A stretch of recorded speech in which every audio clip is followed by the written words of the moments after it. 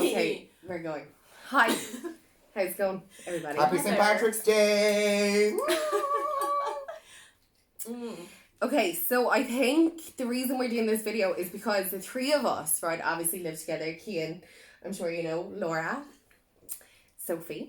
And I think it's been like a different journey for the three of us the whole way through. From start to finish, like 2-3 weeks ago, Cian is looking at me being like, I'm sick of your shit. I'm not saying it was easy to live with, like, you know.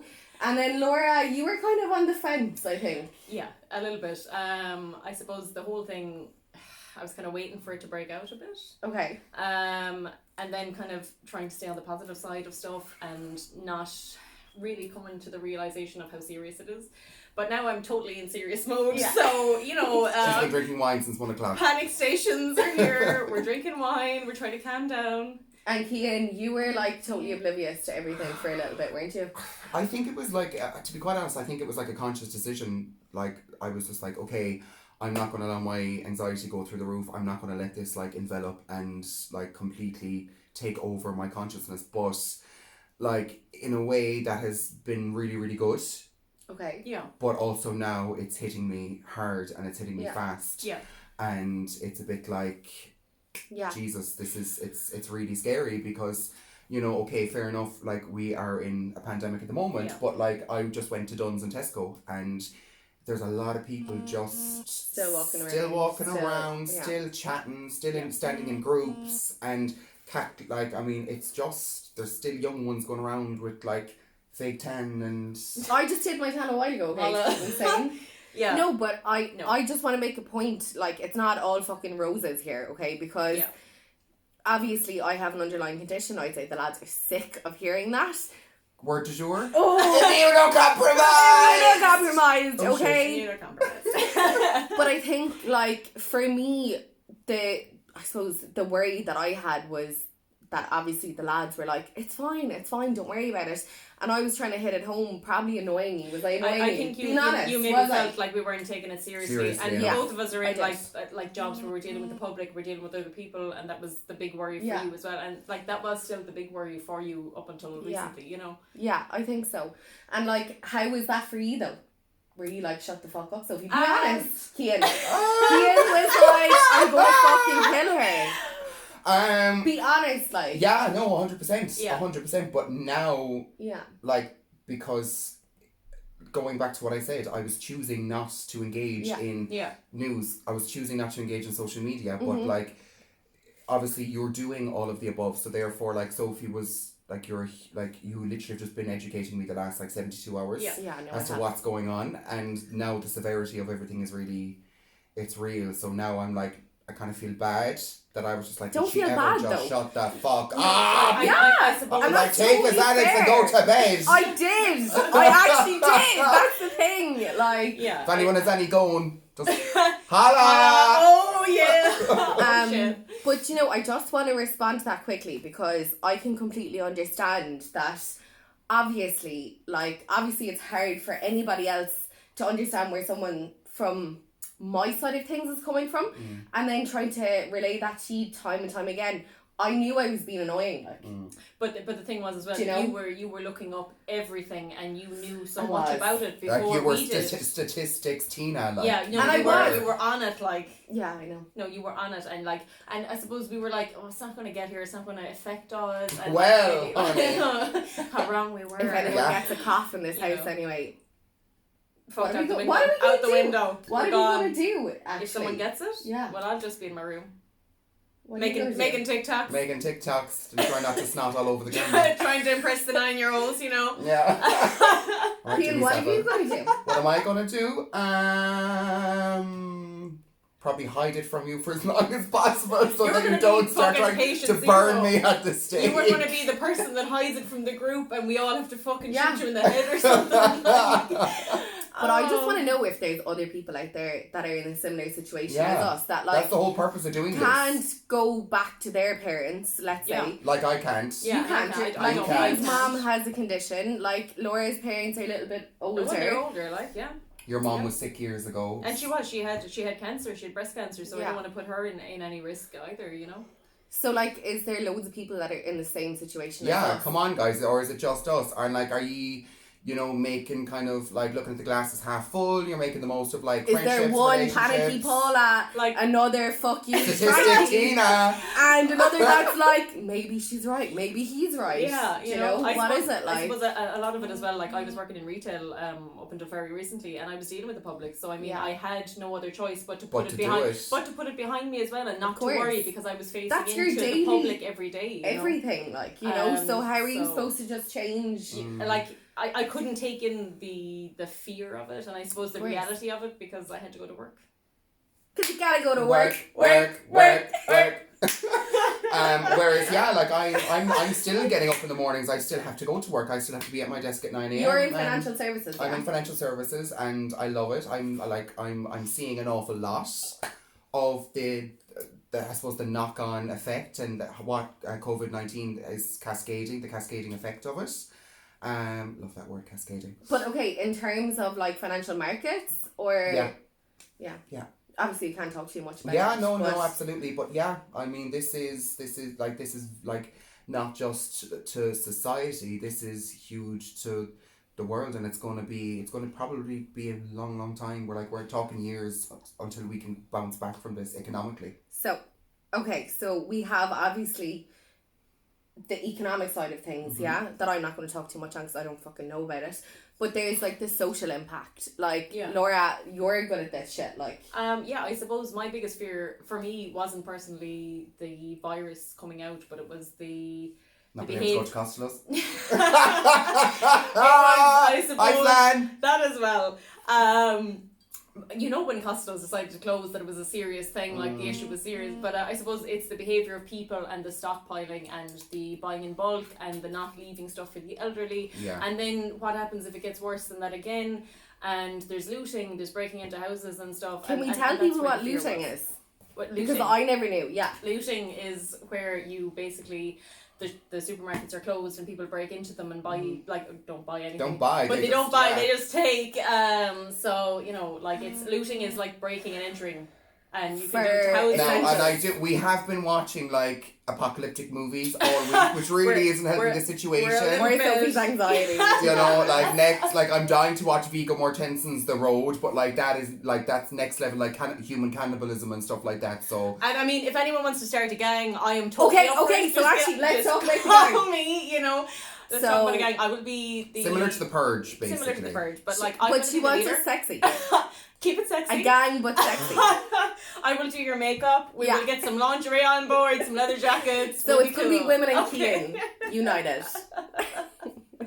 No, but genuinely though, as in, like, even the social impact, I think, like, on a very basic level, when I had went to Dunn's last week, I put it on my story, and, like, we were literally... Oh yeah, that was fucked up. No, but this is what's happening. Like, we were in the cleaning aisle, and then there was this woman and she sneezed and everybody turned around being like, what the fuck? Like, so I think even on just a basic human level, like, our whole interaction has changed with people. Even like the, hi, how are you? No hugging, no whatever. I would be a huggy person. I would rather someone not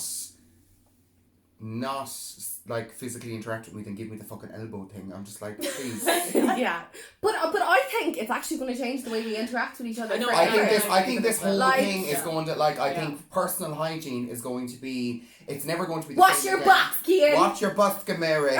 I just really think that, like, this whole COVID-19, if and when we come out of this it's going to completely change, like, society completely. Like, social interaction is never going to be the same. Maybe they may implement on, like, clubs and bars and restaurants, like, literally only can have a certain amount of people in here at any given time. Okay, so I'm going to talk about, like, I was in Kerry at the weekend, and I mean, it was just, this is all speculation and worst case scenario stuff as well. That we are talking about. It's not fact. But I'm wondering, like, this conversation is happening between similar households. It's not as fucked up as us. And that's the whole point but, of it. Like, it's probably happening amongst other people as well. But, like, I've been laid off my job, you know, and it, like, I suppose for me, okay. She ain't gotta go to work. I don't know if I'm happy with that, but, like, my job is gone. Do you know what I mean? And it's not from a case of me doing something wrong or being bad at my job. I hope no, it's not. But like the impact that's had on me even. Is that funny to you? Is that funny to her? Tensions are high. This is day 2 of isolation. No, but seriously though, like it's just hard to like think about. You know, it's like events is what I love to do. It's like that's what my passion is. Yeah. And it's now like, all of a sudden like I'm like, to you, it's your TikTok. Like that's I your baby. I wouldn't say TikTok. I went to college. What's wrong with TikTok, everybody? You know, it's like, it's actual revenue, it's a lifestyle, but like now all of that is curtailed and I'm like, do I have to like re-skill myself? Like, do you know, and it's like, I feel like my whole everything has flipped around upside down. What you've worked towards is now not avoided. There's always prostitution. True. I mean, like I'd probably end up owing money if I started. But hey, you probably owe money. I'd probably end up owing. I'd have to pay them to write me. Oh my god. Okay. Yeah, but like, I mean, look, if it comes to it. What, you throw me a fiver? Thanks, hon. You're great. Oh, thanks. Yeah, no, I just think it's crazy. Yeah. It is. And then this whole scary. Russian thing as well is kind of scary with like the Russian connection thing. lines. Don't talk about the Russian thing. Come after you first. We don't want the Russian after. Come on, guys. Comrades, we don't want the comrades after it. Laura, you're getting very close to social distancing, that's all I'm saying. Self-isolation. Yeah. She's real compromised. That's lousy. There's so much alcohol in my system, I don't think I could fucking compromise. Well, if anyone follows me on Instagram, you've seen what Laura's been up to. It's literally been like trying to recreate the dance routine to Pussycat Dolls React, absolutely. like, with just a little bit more smell of fish, that's all. And hopefully when the food runs out, I will have the body of Nicole Singer. Can we talk about stress eating? Laura. Well, I mean, I have been hungry. She's worms, like, she just is worms. It's not stress eating. We're going to get her a worm dose. No, like, I will be getting a worm dose. She's so getting dosed. The cat and Laura getting dosed for worms. I have just been panic eating. I mean, I don't know how anyone else feels about this, but I have been so hungry since all this happened. I'm eating all the food. Well, also that you did double your weekly shop in Lidl on Sunday, and you've literally just been grazing since. But is it a case that like we're buying too much and we're not like planning out the meals, or is it just like I'm genuinely worried I need to eat to feel safe?